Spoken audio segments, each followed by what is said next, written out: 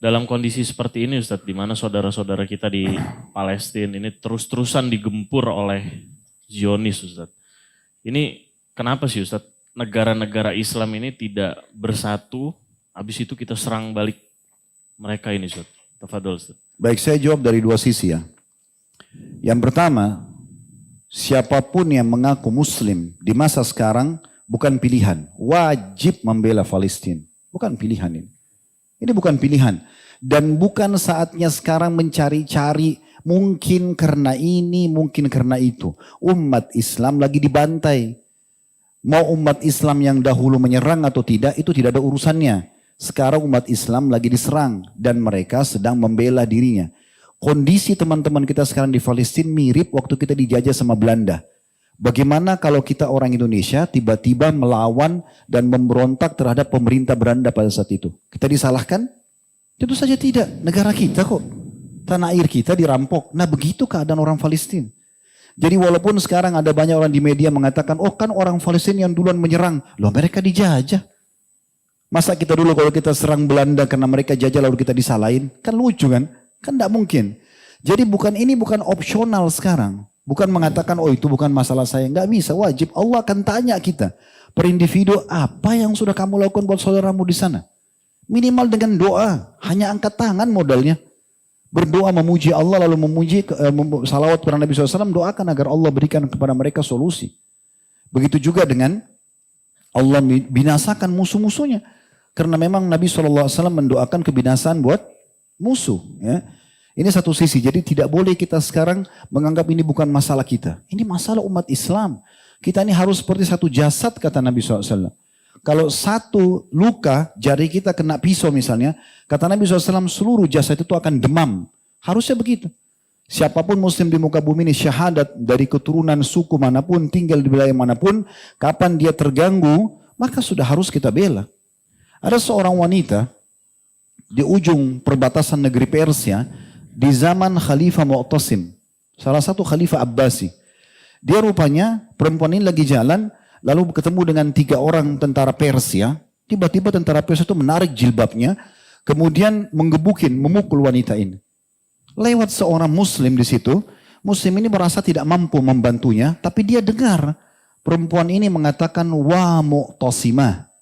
Maksudnya, hai Mu'tasim, tolong saya. Perempuan itu berkata, dan di situ wilayah jauh sekali dari umat Islam, wilayah kekuasaan mereka. Maka si laki-laki ini, dia naik keledainya menuju ke ibu kota kerajaan dinasti Abbasiyah di Irak. Jauh sekali. Perjalanannya mungkin memakan waktu 1 bulan untuk sampai ke sana. Dia izin ketemu sama Mu'tasim, diizinkan lalu dia sampaikan. Saya dengar di sana, saya lihat sendiri dengan mata kepala satu orang muslimah. Ditarik jilbabnya digebukin sama tentara Persia. Enggak pakai nunggu Mu'tasim itu. Enggak pakai nunggu. Langsung dia siapin pasukan serang wilayah itu. Taklukkan, tundukkan. Walaupun musim dingin pada saat itu mereka bertahan sampai 40 atau 50 hari. Untuk menembus benteng itu karena muslimah tadi dicoreng kehormatannya.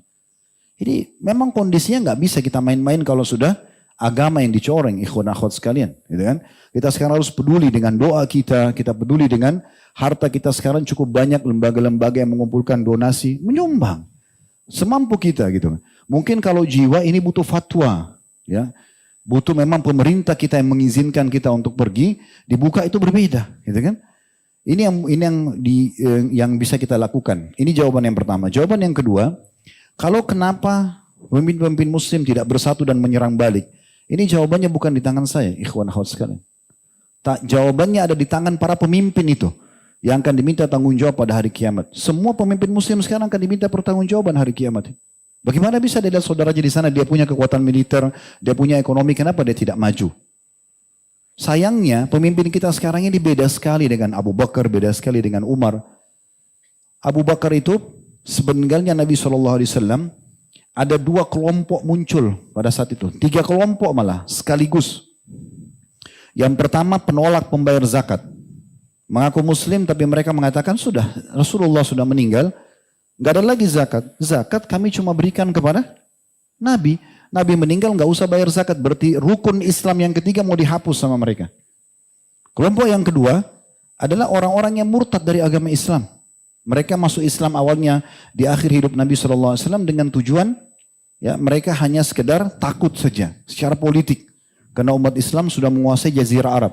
Mereka Muslim imannya banyak yang murtad. Kelompok ketiga munculnya Nabi palsu, Musailam al-Kadzab dan Aswad al-Unsi. 3 kelompok besar di Jazirah Arab yang muncul. Waktu itu kekuatan umat Islam tidak lebih daripada 20 sampai 25 ribu pasukan. Semua yang produktif, prajurit yang produktif. Sisanya orang tua sama anak-anak kecil. Apa yang terjadi? Abu Bakar langsung membentuk pasukan di awal khilafahnya beliau. Lalu kemudian mengutus untuk menyelesaikan 3 perkara ini. Sampai Umar saja yang sangat tegas.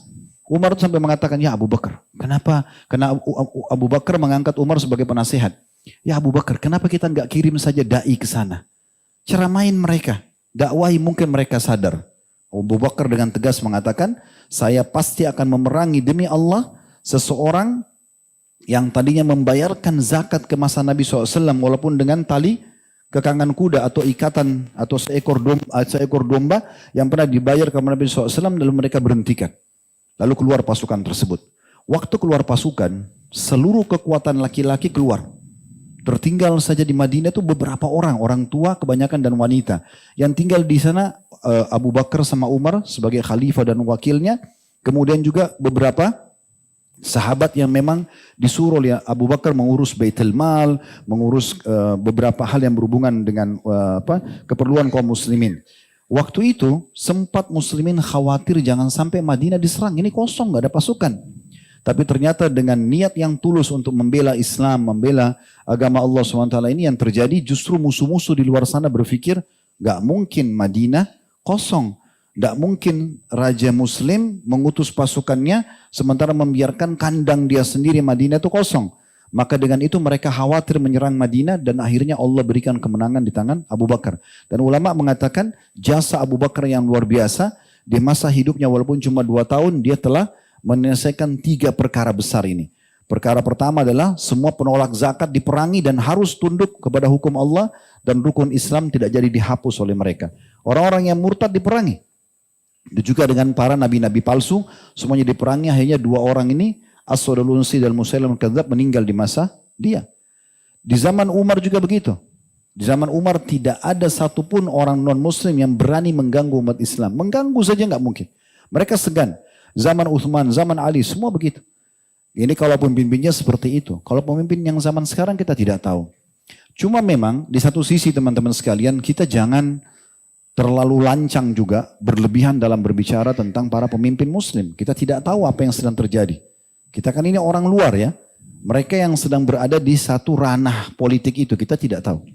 Mungkin ada pertimbangan-pertimbangan tertentu di mana mereka belum menyerang. Kita tidak tahu apa yang sedang terjadi. Tapi kita berharap Allah berikan mereka hidayah sehingga mereka peduli. Karena di tangan mereka ada kekuatan dibandingkan kita masyarakat biasa. Jadi Allahu a'lam. Kita berharap satu waktu Allah Subhanahu wa taala satukan hati-hati para pemimpin muslim seperti kalau tidak salah beberapa hari yang lalu Muhammad bin Salman sudah mengumpulkan pemimpin-pemimpin negara Liga Arab dan juga membicarakan tentang masalah ini. Dan mereka sudah ada penekanan-penekanan untuk melakukan langkah-langkah yang menyelesaikan kasus Gaza. Saya lihat sendiri cuplikan sudah ada pesawat-pesawat yang terbang ke Gaza langsung membawa makanan, membawa obat-obatan, membawa mobil ambulan. Dan mereka berhasil dari Kuwait, dari Saudi dan beberapa negara itu sudah ada langkah. Cuma mungkin tidak terpublish di media secara umum. Karena memang media umumnya juga dipegang oleh orang-orang Yahudi gitu kan. Jadi memang tidak memungkinkan. Jadi kita sekarang berharap kita doakan agar Allah berikan hidayah mereka. Allah kokohkan telapak kaki mereka. Allah satukan perkataan mereka. Dan ini saya melihat momentum yang paling tepat untuk menyatukan umat Islam. Di masa selama ini selalu berselisih dalam pendapat-pendapat yang sepele, tidak diperlukan, sekarang sudah saatnya lupain semua itu. Sekarang umat Islam lagi Allah ajak untuk bersatu. Sisi yang lain saya mau tambahkan ikhwas sekalian. Mungkin di mata sebagian orang, teman-teman kita di Palestina kesian, tertindas segala macam. Tapi kalau saya melihat dengan kacamata saya pribadi, yang saya pahami secara teori agama, justru mereka adalah orang-orang yang Allah pilih. Di saat sekarang, kalau kita lihat cuplikan-cuplikan, saya hampir setiap saat mengikuti cuplikan keadaan orang-orang di sana, mereka para ulamanya, bagaimana mereka pun tetap sholat Jumat, mereka sholat 5 waktu di masjid walaupun terjadi peperangan. Dan mereka itu terlihat sekali membahasakan, Alhamdulillah kami bersabar dengan ujian ini.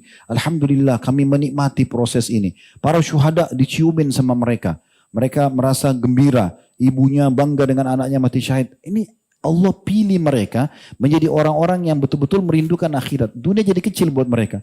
Building hancur depan matanya, anaknya meninggal. Tapi mereka harus terima fakta itu semuanya. Dan di saat memang umat Islam belum bisa membantu mereka. Ini peluang yang luar biasa.